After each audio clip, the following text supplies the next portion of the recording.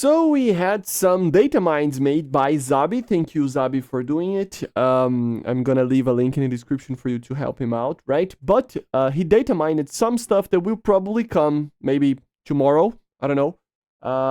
And yeah, let's take a look. So there are some interesting things here. Some things that don't change much, etc. Right? So the first thing that it does matter over here a little bit is that the attacker Mark II, the Nostrashimi, and the Stroini will be back, I think, for you to buy. I think that's the case, right? These are premiums, aren't they? I think.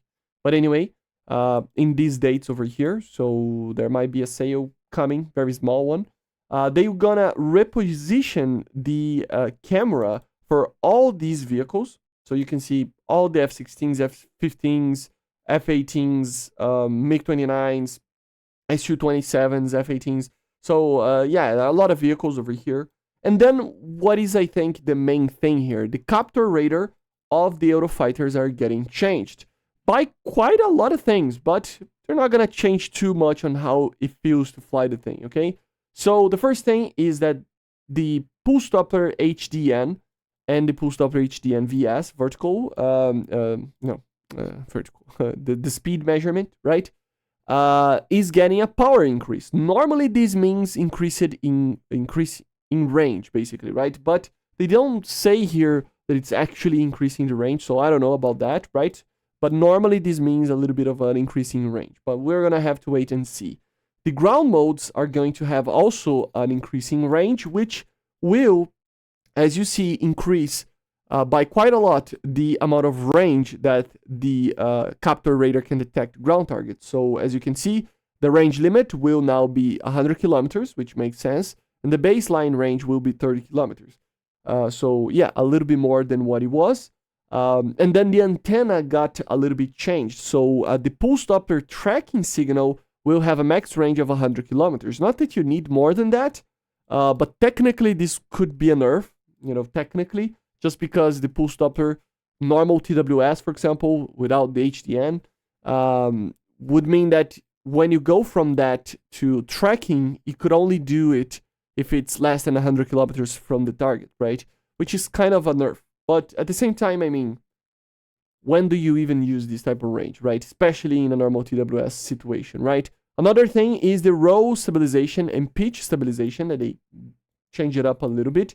As you see, for example, the roll stabilization is 180 degrees. That means this roll over here, so as you can see, the radar is stabilized, right? So if I pull a little bit more, the radar starts to turn as well. You can clearly see the pattern just changing the roll, basically, right?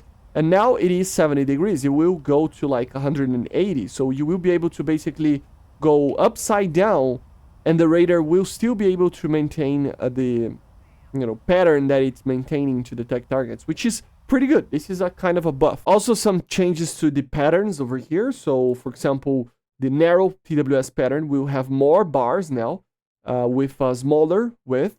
So it means that it will take a little bit more time to do the detection, but it will detect more airspace, basically, right? The medium TWS, for example, will have the opposite effect. It will have less width, so it means it's going to be faster, but it's going to detect less, airspace. And then the YTWS will go the same kind of route over here, okay? So pretty interesting, and yeah, small changes to these radars, but still. The capture of the other Typhoons as well, right? With some additions over here for the IRST as well. The same type of change that we already talked about, okay? So nothing too crazy over here, but some changes coming to the Eurofighter radar, okay? And that's kind of it. There are some other little things over here, but it doesn't change too much, okay, guys? So I hope you enjoyed. So changes coming for the radar of the Eurofighter. The main ones, of course, an increasing range for the ground modes, decreasing range of Pulse Doppler tracking, and overall,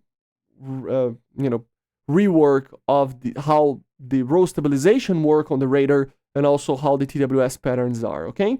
So hopefully I translated to you a little bit of what it is, and I see you guys on the next one. So make sure to subscribe, leave a like, leave a comment. Thank you all the patrons and members, and bye.